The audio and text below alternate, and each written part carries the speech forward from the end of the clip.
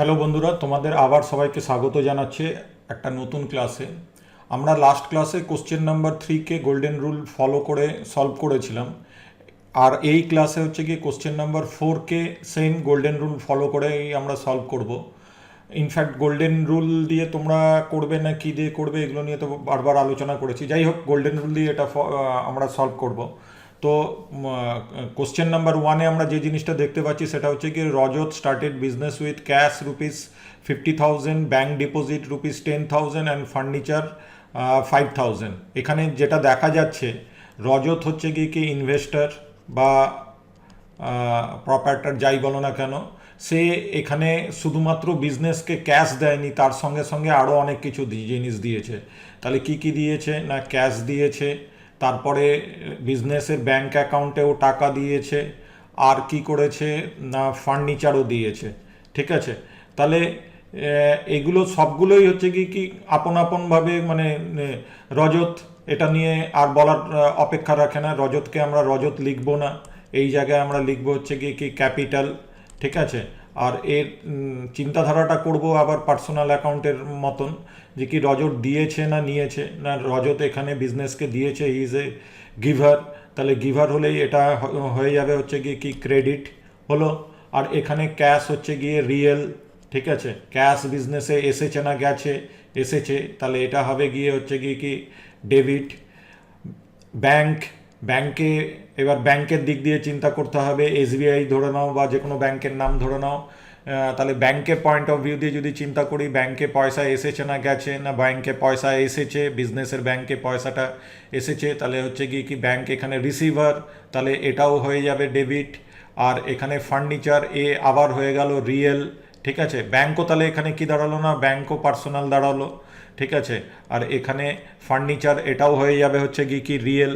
তাহলে রিয়েলে ফার্নিচার এসেছে না গেছে, না বস্তু ফার্নিচার এসেছে, তাহলে আবার এই ফার্নিচারটা এখানে হয়ে যাবে হচ্ছে কি ডেবিট। তাহলে আলটিমেটলি কি জিনিস দাঁড়ালো না, এই তিনটে অ্যাকাউন্ট ডেবিট বলতে গেলে ক্যাশ, ব্যাংক আর ফার্নিচার, এই তিনটে অ্যাকাউন্ট হয়ে যাবে হচ্ছে গিয়ে ডেবিট। তিনটেকেই তুমি ডেবিট করে দাও, ডেবিট ডেবিট ডেবিট।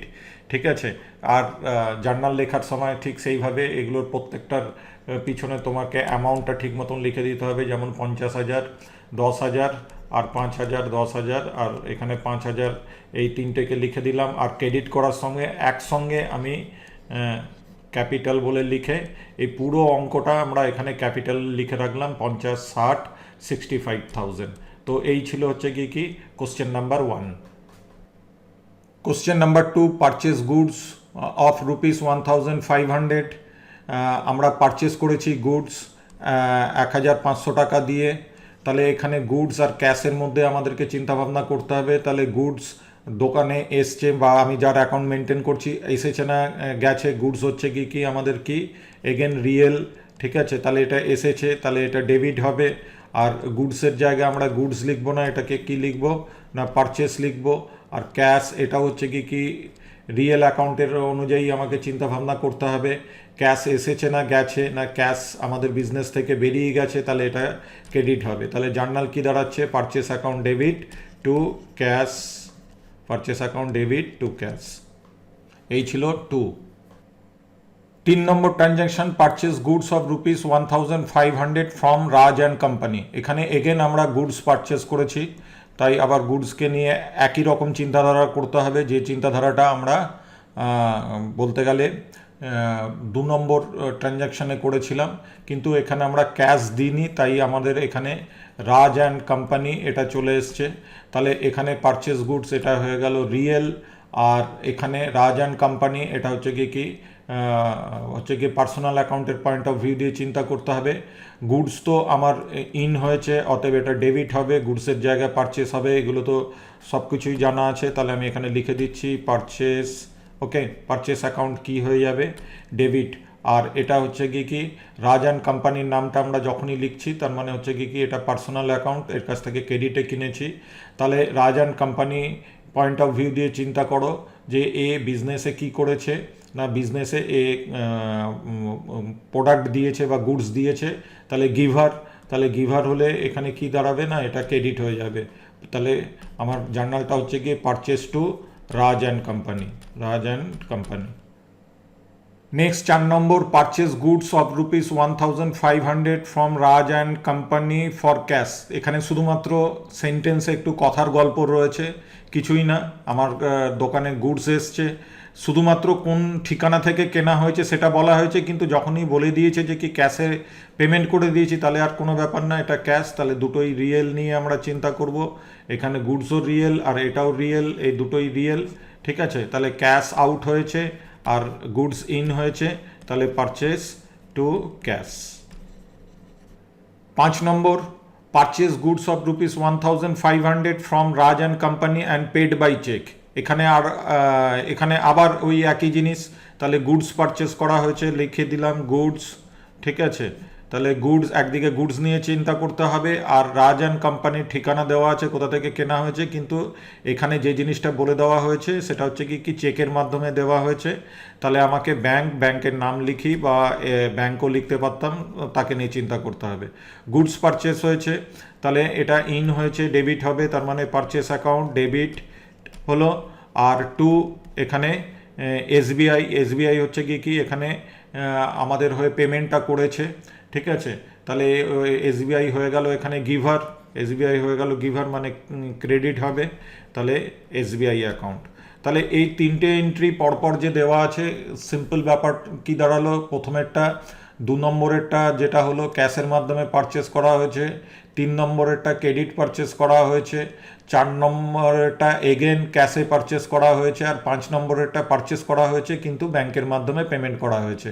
এই লাস্ট যে আমরা 4টে এন্ট্রি করলাম, এই 4টে এন্ট্রির মধ্যে পার্থক্য শুধুমাত্র এতটুকুই। 6 number, purchase furniture of ₹1,500 from Raj and company. এখানে কিন্তু আমাকে একটু অন্যভাবে চিন্তা করতে হবে, অন্যভাবে কিছুই না। এখানে আমি এর আগে যতবার বলা হয়েছে গুডস বলা হয়েছে, তাহলে আমরা গুডস কিনিয়েছিলাম, আর এখন এখানে বলা হচ্ছে কি ফার্নিচার হচ্ছে কি ফিক্স অ্যাসেট, তার মানে এটা নন গুডস আমরা বলবো, তাই তো, মানে যেটা আমরা ইয়ার আফটার ইয়ার ইউজ করব। তাহলে আলটিমেটলি গুডসও হচ্ছে কি রিয়েল অ্যাকাউন্ট, ফার্নিচারও হচ্ছে কি রিয়েল অ্যাকাউন্ট, দুটোই রিয়েল অ্যাকাউন্ট। কিন্তু এখানে আমাকে এখন ফার্নিচার নামটা আমাকে এখানে লিখতে হবে, ফার্নিচার, আর কার কাছ থেকে আমি কিনছি না, রাজ অ্যান্ড কোম্পানির কাছ থেকে আমি কিনছি, তার মানে দুটোই হয়ে গেল কি, ফার্নিচার হয়ে গেল রিয়েল আর রাজ অ্যান্ড কোম্পানি হয়ে গেল পার্সোনাল অ্যাকাউন্ট। তাহলে ফার্নিচার ইন হয়েছে, তাহলে এটা ডেবিট হবে, তার মানে ফার্নিচার অ্যাকাউন্ট ডেবিট টু, এখানে রাজ অ্যান্ড কোম্পানি হবে, রাজ অ্যান্ড কোম্পানিকে কিসের হিসাবে তোমাকে চিন্তা করতে হবে না, পার্সোনাল হিসাবে চিন্তা করতে হবে, যে কি রাজ অ্যান্ড কোম্পানি এখানে কি না, রাজ অ্যান্ড কোম্পানি গিফট করেছে, বলতে গেলে আমার বিজনেসে, মানে Raj and company is the giver, অতএব এটাকে আমি ক্রেডিট করে দিলাম। 7 নম্বর, সোল গুডস অফ ₹2,000, এই প্রথম আমি সেল করছি, তাহলে এখানে এগেন ওই গুডস, ঠিক আছে, এগেন ওই গুডস কথাটা আসছে, গুডস তার মানে আমি এখানে সেল করছি, কিন্তু তার এগেনস্টে আমি ক্যাশ পেয়ে যাচ্ছি, ঠিক আছে। তাহলে গুডস সেল করে ক্যাশ পেয়ে যাচ্ছি, মানে গুডস আমার বেরিয়ে যাচ্ছে, আউট হয়ে যাচ্ছে, এটা হয়ে যাবে ক্রেডিট। আর কী কারণে গুডসটা আউট হচ্ছে না, আমি এখানে সেলস করছি সেই কারণে এটা বেরিয়ে যাচ্ছে, ঠিক আছে। আর আমার বিজনেসে তার এগেনস্টে ক্যাশ ইন হচ্ছে, অতএব এটা আমার ডেবিট হয়ে যাবে, ঠিক আছে। তাহলে জার্নাল কি দাঁড়াচ্ছে, cash account debit to sales account. Number 8 যেটা দেখানো হয়েছে, sold goods of ₹2,000 to Raj, এখানে এগেন গুডস সেল করা হয়েছে কাকে না, রাজকে, তার মানে রাজের নাম যখন লেখা আছে নিশ্চয়ই রাজের কাছ থেকে আমি পয়সা পাইনি, তাহলে রাজ হচ্ছে কি এখানে গুডসের, রাজের দিক দিয়ে যদি আমি চিন্তা করি, রাজ বলে লোকটার কথা দিয়ে যদি আমি চিন্তা করি, তাহলে রাজ হচ্ছে কি এখানে গুডসটা রিসিভ করেছে, তাহলে রাজ হয়ে যাবে এখানে ডেবিট, আর গুডস আমার এখান থেকে বেরিয়ে গেছে, তাই এটা হয়ে যাবে হচ্ছে কি ক্রেডিট। তাহলে আলটিমেটলি কি দাঁড়ালো না, রাজ অ্যাকাউন্ট, জার্নালটা হচ্ছে কি রাজ অ্যাকাউন্ট ডেবিট টু এখানে যে কারণে গুডসটা বেরিয়েছে নাকি সেলস করা হয়েছে। Number 9, sold goods of ₹2,000 to Raj for cash, আবার এখানে কাকে সেল করা হয়েছে শুধু এটা বলা হয়েছে, 7 নম্বর আর 9 নম্বরের মধ্যে বেসিক্যালি কোনোই পার্থক্য নেই। এটা সোল গুডস বিজনেস ক্যাশ পেয়েছে, এখানে রাজকে সেল করেছে না কে সেল করেছে অ্যাকাউন্টস এটা জানতেও চায় না। ঠিক আছে, ক্যাশ যদি পেয়ে গেছে অ্যাকাউন্টস কখনো কারো নাম টাম মনে রাখতে চায় না। এখানে যে জিনিসটা হবে সেটা হচ্ছে কি ক্যাশ বিজনেসে এসছে, cash account debit to sales. 10 নম্বরে sold goods of ₹2000 to Raj and receive a cheque. তার মানে রাজকে সেল করা হলো 2000 টাকা দিয়ে, আর রাজের কাছ থেকে আমি ক্যাশের জায়গায় কি পেলাম না, সে আমার ব্যাংকে চেক দিয়েছে, আমি ওটা ব্যাংকে দিয়ে দিয়েছি, ধরে নিলাম আমার ব্যাংক ব্যালেন্স বাড়লো। তাহলে এখানে আর অন্য কিছুই না, গুডসকে নিয়ে যদি আবার চিন্তা করি গুডস আউট হয়েছে, আর এখানে আমার এসবিআইয়ে যদি আমার অ্যাকাউন্ট থেকে থাকে সেখানে টাকাটা ঢুকেছে, মানে এসবিআইয়ের পয়েন্ট অফ ভিউ দিয়ে যদি চিন্তা করি যে ওখানে রিসিভ হয়েছে মানে এটা ডেবিট হবে। তাহলে এসবিআই অ্যাকাউন্ট ডেবিট, তাহলে দাঁড়াচ্ছে SBI account debit to sales. Number 11, এখানে যে জিনিসটা বলা হচ্ছে সেটা হচ্ছে কি sold furniture to Raj at ₹2000। এখানে আবার নন গুড সেলস করা হয়েছে, ঠিক আছে, বা আমার দোকান থেকে এখানে ফিক্স অ্যাসেটস রাজকে দেওয়া হয়েছে। তাহলে এখানে হচ্ছে কি সিম্পল যে জিনিসটা দাঁড়াবে, আমার বিজনেসের থেকে কোনো ফার্নিচার কোনো ফিক্স অ্যাসেট আমি সেল করে দিয়েছি কাকে, রাজকে। তাহলে রাজের নামটা তো সবার আগে লেখোই, আর এখানে ফার্নিচারও লেখো। তাহলে ফার্নিচার আমার বিজনেসের একটা ফিক্স অ্যাসেট ছিল, সেটাকে আমি সেল করেছি। তাহলে আলটিমেটলি কি দাঁড়াচ্ছে, ফার্নিচারটা আউট হয়েছে, কারণ ফার্নিচারটা এখানে কখনোই সবসময় রিয়েল হবে, আর সবসময় রাজ সবসময় পার্সোনাল হবে, এটা আউট হয়ে গেছে, তার মানে এটা ক্রেডিট হবে। আর রাজ এখানে যেহেতু রিসিভার, বলতে গেলে রাজ এই জিনিসটা কিনে নিয়ে গেছে, রাজের দিক দিয়ে যদি চিন্তা করি রাজ হচ্ছে গিয়ে রিসিভার, এটা তার মানে ডেবিট হয়ে যাবে। তাহলে এখানে কি হলো, রাজ অ্যাকাউন্ট ডেবিট, রাজ টাকা দেয়নি বলে রাজের নামটা আমি মাথার মধ্যে রাখলাম, Raj account debit to furniture. Question number 12, paid cartage ₹700, printing charge ₹300 and sundry expense ₹500 by check। এখানে বেশ কটা খরচার কথা বলা হয়েছে, ঠিক আছে, কার্টেজ হোক, একটা কার্টেজ, দুটো দ্বিতীয়টা প্রিন্টিং চার্জ, এবং সবার শেষে বলা হয়েছে সান্ড্রি এক্সপেন্স মানে বিভিন্ন টাইপের খরচা, কত না 500 টাকা মতন না 500 টাকাই by check.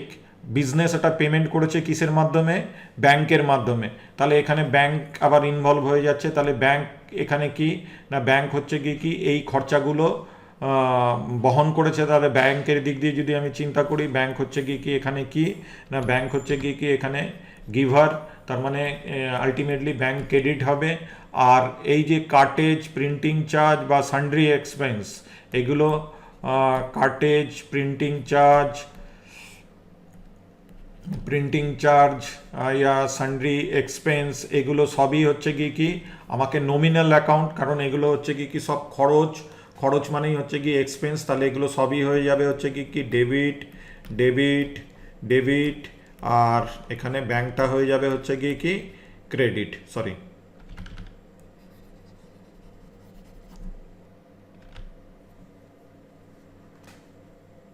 Question number 13, paid for insurance. এখানে একটুখানি ব্যথা আছে, সে ব্যথাটা নিয়েও আমি আলোচনা করছি। দেখো একটা জিনিস তো ক্লিয়ার, সেটা হচ্ছে কি ইন্স্যুরেন্সের জন্য পেড করা হয়েছে সেখানটায়। তাহলে একটা জিনিস ক্লিয়ার যে কি ক্যাশের মাধ্যমে পেড করেছে, ক্যাশ হচ্ছে গিয়ে রিয়েল। তাহলে ক্যাশ যদি রিয়েল হয় তাহলে সেই ক্ষেত্রে যে জিনিসটা দাঁড়াচ্ছে, ক্যাশ আউট হয়েছে, ক্যাশ তো ক্রেডিট হবে। তাহলে একদম সবার আগে টু ক্যাশ তো আমি লিখেই ফেলি এই জার্নালে, ঠিক আছে, টু ক্যাশ 1000। ওকে, এটা তো আমার লেখা হয়ে গেল। কিন্তু বন্ধুরা এখানে আরেকটা জিনিস মাথায় রাখতে হবে যে কি এখানে আরেকটা যেটা অ্যাকাউন্ট, সেটা হচ্ছে গিয়ে ইন্স্যুরেন্স। ওকে, তো ইন্স্যুরেন্স বিজনেসের নানা রকম ইন্স্যুরেন্স আমরা করি। এবার বিজনেসের নানা রকম ইন্স্যুরেন্স করলে এটা আমাদের কি নানা একটা নমিনাল অ্যাকাউন্ট, তার মানে এটা একটা এক্সপেন্স হিসাবে, বিজনেসের এক্সপেন্স হিসাবে ধরা হবে, এটাকে ডেবিট করা হবে, ঠিক আছে। তাহলে এখানে ইন্স্যুরেন্স এখানে আমরা লিখে রাখলাম, ইন্স্যুরেন্স টু ক্যাশ, এটাই হলো গিয়ে insurance account debit to cash. এটা হচ্ছে কি বিজনেসের ইন্স্যুরেন্স পেড করা হয়েছে, সেই অনুযায়ী আমরা এখানে এটা লিখে ফেললাম এবং আমাদের জার্নাল ক্লিয়ার হয়ে গেল। কিন্তু যদি ব্যাপারটা এরকম দাঁড়াতো যদি ব্যাপারটা এরকম দাঁড়াতো যে কি এই ইন্স্যুরেন্সটা রাজত তার নিজের লাইফ ইন্স্যুরেন্সের টাকা দিয়েছে, ঠিক আছে, অতএব আমরা যখনই এরকম লেখা থাকবে এটা আমাকে ক্লারিফাই করতে হবে, বা অনেক সময় পুরোপুরি ক্লিয়ারই করা থাকে। রাজতের লাইফ ইন্স্যুরেন্সের পেড করার দায়িত্ব নিশ্চয়ই বিজনেস নেবে না। সেই ক্ষেত্রে আমাদেরকে যে জিনিসটা আর যদি ধরে নিলাম এখন ফর দ্য টাইম বিং আমি ধরে নিচ্ছি যে কি এখানে যে জিনিসটা হয়েছে যে কি এটা রজতের ইন্স্যুরেন্স, তাহলে সেই ক্ষেত্রে বিজনেস এখান থেকে ইন্স্যুরেন্স পেড করার জন্য টাকা নিয়েছে, এইটুকুই শুধু আমরা মাথার মধ্যে রাখবো, ঠিক আছে। আর সে নিয়ে গিয়ে ইন্স্যুরেন্স পেমেন্ট করছে না কি পেমেন্ট করছে সেটা আমরা তখন আর মাথার মধ্যে রাখবো না, ঠিক আছে। তাহলে আমি তখন আবার এটাকে চিন্তা করব রজত দিয়ে, যে কি রজত এখানে টাকাটা নিয়ে চলে গেছে তার লাইফ ইন্স্যুরেন্স পেমেন্ট করার জন্য। আমি যে জিনিসটা বলতে চাইছি আশা করছি তোমাদের কাছে ক্লিয়ার, যে কি রজত তার লাইফ ইন্স্যুরেন্স প্রিমিয়াম দিচ্ছে, তাহলে আবার রজতের নামটা এখানে চলে আসবে, বা রজতের নিয়ে আমরা চিন্তা করব যে কি রজত বিজনেস থেকে টাকা উঠিয়ে নিয়ে গেছে, তাহলে রজত এখানে কি না রজতের এখানে হচ্ছে কি এটা আমরা চিন্তা করবো হচ্ছে কি রজত হচ্ছে কি রিসিভার, তাহলে এই পার্সোনাল অ্যাকাউন্টের হিসাবে চিন্তা করব, তাহলে রজত এখানে কি হয়ে যাবে, ডেবিট হয়ে যাবে। আর এখানে রজত যখন ডেবিট হবে, রজত টাকা উঠিয়ে নিয়ে গেছে মানে তখন এখানে আমরা এই ইন্স্যুরেন্স কথাটা না লিখে রজত টাকা নিয়ে গেছে মানে ওটাকে আমরা কি করে দেবো, ড্রয়িং, ঠিক আছে। এখানে যে ইন্স্যুরেন্স কথাটা তখন লেখা থাকবে বা লাইফ ইন্স্যুরেন্স পেড, ওটাকে নিয়ে আমরা কখনো চিন্তাই করব না, তখন যে জার্নালটা হয়ে যাবে drawings account debit to cash. এখানে last entry 14 number, receive fees from client ₹1100 and rent, দুখানা ইনকাম করেছে বিজনেস, একটা হচ্ছে কি ক্লায়েন্টের কাছ থেকে এই যে বিজনেসটা, তাহলে এতক্ষণে বোঝা গেল যে কি এরা হচ্ছে কি সার্ভিস ওরিয়েন্টেড কোনো কাজবাজ করে, ফলে ক্লায়েন্ট এখানে পয়সা দিয়েছে, ঠিক আছে। ক্লায়েন্টের ফিস ফ্রম ক্লায়েন্ট এটা একটা অ্যাকাউন্ট হলো, রেন্ট রিসিভ এটা একটা অ্যাকাউন্ট হলো। আমি যেমন আগেই বলেছি যে ওয়ার্ডটাতে শুধু এটা ক্লিয়ার হয় না, রেন্ট পেডও হয় রিসিভ হয়, কিন্তু এখানে রেন্ট রিসিভ করেছে, তাহলে এই দুটোকে আমরা কি বলবো না, এই দুটোই হয়ে যাবে হচ্ছে কি নমিনাল অ্যাকাউন্ট, আর নমিনাল অ্যাকাউন্টের হিসাব অনুযায়ী বিজনেস এখানে এটা ইনকাম করেছে, তাই তো, ইনকাম করেছে বা গেন করেছে, যাই ইচ্ছা তুমি ধরো না কেন, তাহলে ইনকাম বা গেন করলে এটা যে জিনিস হবে সেটা হচ্ছে কি ক্রেডিট হবে।